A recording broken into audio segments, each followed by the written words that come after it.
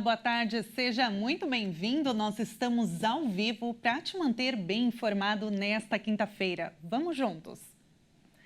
O Ministério Extraordinário da Reconstrução do Rio Grande do Sul, o ministro, aliás, Paulo Pimenta, afirmou que o aeroporto de Porto Alegre, o Salgado Filho, deve ficar fechado por pelo menos 6 meses. O local está fechado desde o dia 3 de maio por conta das fortes chuvas e enchentes que atingem o estado. O aeroporto, que recebia milhões de passageiros por ano, inclusive ficou alagado. A tragédia climática já matou 151 pessoas, segundo a atualização mais recente da Defesa Civil. E o nível da Lagoa dos Patos, a maior da América do Sul, subiu 30 centímetros em 48 horas. A água avança e inunda algumas cidades do sul do estado gaúcho. Somente em Pelotas, mais de 2.000 pessoas precisaram sair de casa em áreas de risco. Em Canoas, cerca de 70.000 casas estão submersas. 19.000 pessoas também tiveram que sair de suas casas. De acordo com a Universidade Federal de Pelotas, o nível da Lagoa dos Patos, que tem 265 quilômetros de comprimento, subiu e registrou a marca de 2,75 metros nesta manhã. Com isso, a água avançou mais sobre cidades do sul do Rio Grande do Sul, principalmente Pelotas e São Lourenço do Sul. O nível mais alto a que o lago chegou foi 2,88 metros, na cheia de 1941. O nível do lago tem aumentado por conta dos temporais que atingiram o Rio Grande do Sul. Há cerca de 2 semanas. O Guaíba, que já subiu por conta das águas que desaguam dos rios Taquari, Caí, dos Sinos e Gravataí, agora está descendo e a água escoa para a Lagoa dos Patos. Em Pelotas, mais de 2.000 pessoas precisaram sair de casa em áreas de risco. O acesso à praia do Laranjal foi bloqueado por questões de segurança, o que não havia sido necessário fazer até então. E no canal São Gonçalo, que deságua na lagoa, o nível da água chegou ainda mais alto, 3 metros nesta quinta.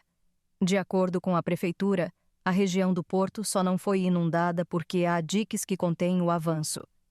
Em São Lourenço do Sul, o nível da lagoa chegou a invadir ruas.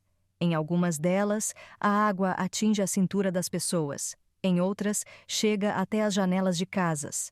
Cerca de 150 moradores precisaram sair dos locais em que residiam e agora recebem acolhimento em abrigos da prefeitura. Por outro lado, o nível do rio Guaíba baixou e pela primeira vez desde o início das enchentes ficou inferior a 5 metros.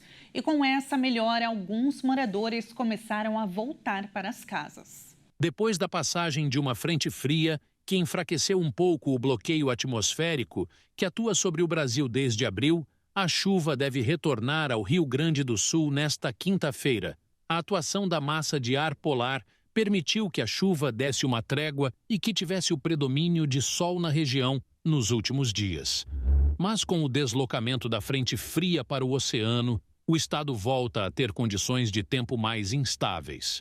Com isso, o dia deve ter céu nublado em todo o estado e chuva principalmente no centro-norte do Rio Grande do Sul. Ainda há risco de chuva forte, em especial no norte do estado. Mas a diferença é que a duração deve ser menor, com as áreas de instabilidade se deslocando já a partir de sexta. Mas os volumes médios registrados devem passar dos 60 milímetros. A chuva mais forte deve atingir inclusive a Serra Gaúcha, deixando toda a região em alerta. Já na Grande Porto Alegre, a chuva deve ser de fraca a moderada, com acumulados de até 50 milímetros. Com o solo já encharcado por conta dos grandes volumes de água registrados nos últimos dias, a volta dos temporais é um alerta para a piora das inundações. Em condições normais, os acumulados esperados não seriam o suficiente para provocar grandes transtornos. Mas, com a situação já frágil do solo, qualquer nova chuva pode representar um problema. E olha só essas imagens. Centenas de botijões de gás de diversos tamanhos foram flagrados flutuando na cidade de Porto Alegre, no Rio Grande do Sul. Pelo menos 30% do abastecimento do gás de cozinha no estado está comprometido. Inclusive, já há relatos de falta na capital e na região metropolitana. Essa é uma das inúmeras cenas impressionantes que nós vemos no estado, que infelizmente sofre com a pior crise climática de sua história. São 458 municípios afetados, o que corresponde a mais de 90% do total do estado em situação de calamidade pública. E mais de 470 bombeiros de 22 estados e do Distrito Federal atuam nos resgates do estado gaúcho. Com eles estão 23 cães farejadores. Muitas dessas equipes que atuaram por terra, água e ar agora voltam para suas casas. As equipes de resgate que vieram de vários cantos do país trabalham em esquema de rodízio. Até agora, mais de 40.500 pessoas e 3.800 animais foram salvos. E a CBF comunicou o adiamento da 7ª e 8ª rodada do Campeonato Brasileiro e, com isso, o campeonato segue sem jogos até o final de maio. 11 clubes da Liga Forte União comunicaram ao longo da semana que estão a favor da paralisação temporária do campeonato. Na quarta-feira, 15 clubes se colocaram a favor da paralisação frente à CBF, que até então era contra essa pausa. No final das contas, a Confederação Brasileira de Futebol acatou a decisão da maioria e adiou a rodada 7 e 8 do Brasileirão Série A, que voltará apenas no dia 1º de junho. Vale destacar que outras competições seguem funcionando, como a Sul-Americana ou Libertadores e a Copa do Brasil, além do Brasileirão Série B ou inferior.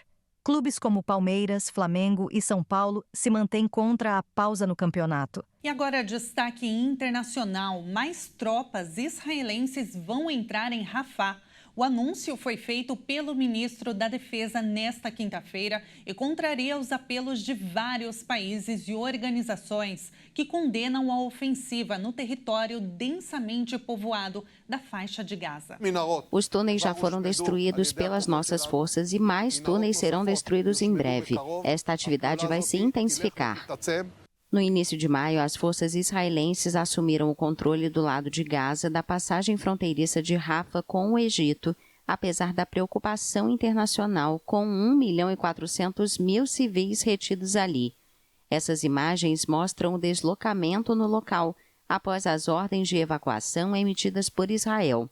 A Agência das Nações Unidas para os Refugiados Palestinos indicou que 600.000 pessoas fugiram de Rafah desde que as operações militares se intensificaram na cidade.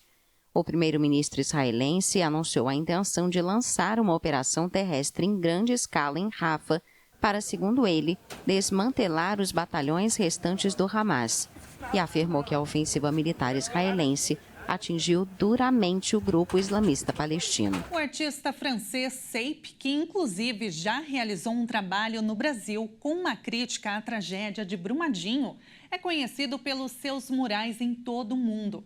Dessa vez, o artista inaugurou em um jardim de Zurique a obra Sonhos Brilhantes. A cena, que mostra uma jovem, um mapa e um farol, é uma homenagem a uma organização de resgate marítimo. Veja só. Um jardim de Zurique à beira de um lago foi agraciado com uma enorme obra do artista francês Seip. Ele é conhecido por seus murais expostos no mundo todo. O trabalho na cidade da Suíça apresenta uma menina, um mapa e um farol. A ideia é chamar a atenção para a crise dos migrantes que tentam atravessar o Mediterrâneo. O artista também tentou homenagear as ONGs que socorrem quem se aventura pelo mar para chegar à Europa. Batizado de Sonhos Brilhantes, o gigante afresco em preto e branco fica localizado no campus da Universidade de Zurique. Criada com tinta totalmente biodegradável, a obra ficará visível por cerca de 10 dias, dependendo das condições climáticas. Seip já realizou um trabalho no Brasil. O artista francês escolheu Brumadinho, em Minas Gerais, como uma parada do projeto Além dos Muros, em 2022. O trabalho jogou luz sobre a cidade, onde uma barragem da Vale se rompeu em 2019, provocando mortes e um enorme desastre ambiental. E esta edição fica por aqui. Mais notícias você acompanha no Jornal das 18h30 com Kleber Werneck. Muito obrigada pela sua companhia e até mais.